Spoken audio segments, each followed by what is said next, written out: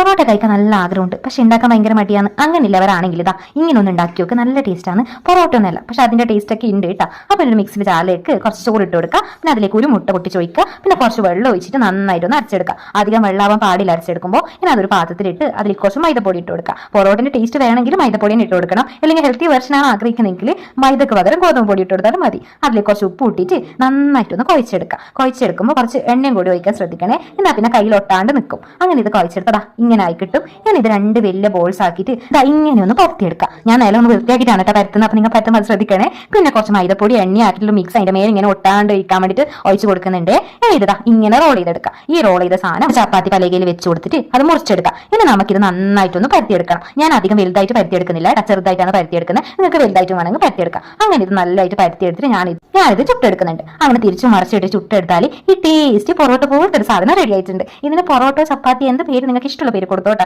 പക്ഷെ നല്ല ടേസ്റ്റ് ആണ്. ഏകദേശം ഒരു പൊറോട്ടിന്റെ ടേസ്റ്റ് ഒക്കെ വരും. പിന്നെ നല്ല സോഫ്റ്റും ആണ് കേട്ടോ. വെറുതെ കഴിക്കാൻ നല്ല ടേസ്റ്റ്.